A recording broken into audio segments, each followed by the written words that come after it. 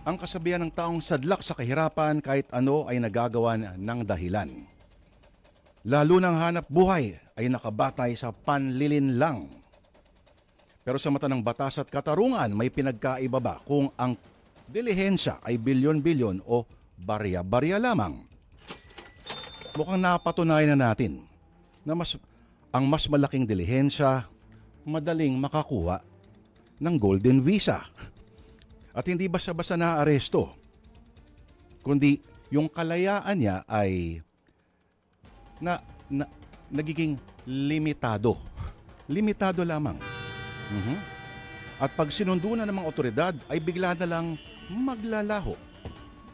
Ulitin natin, para magawa mo ito, bilyon-bilyon dapat ang nanakawin mo. Pero mga kapatid, sa ating kwento sa araw na ito ay hindi ganyan ang mga taong makikilala po ninyo. Sino to? Isang grupo na nambibiktima ng mga pasahero sa jeep. Ang kanilang modus, maglalaglag ng barya sa sahig ng sasakyan at magtadrama kunyari na maghahagilap. At syempre, tutulungan sila ng mga nagmamagandang loob ng mga pasahero. Pero habang ang atensyon ng mga pasahero nakabaling doon sa sahig, sa kanila dudukutan. Pero sa huli, may karmang dadapo sa gantong klaseng mga tauhan. Kung ano yan at kung anong paraan, mga kapatid, simulan na natin ang kwento si Latino Orly Aquino.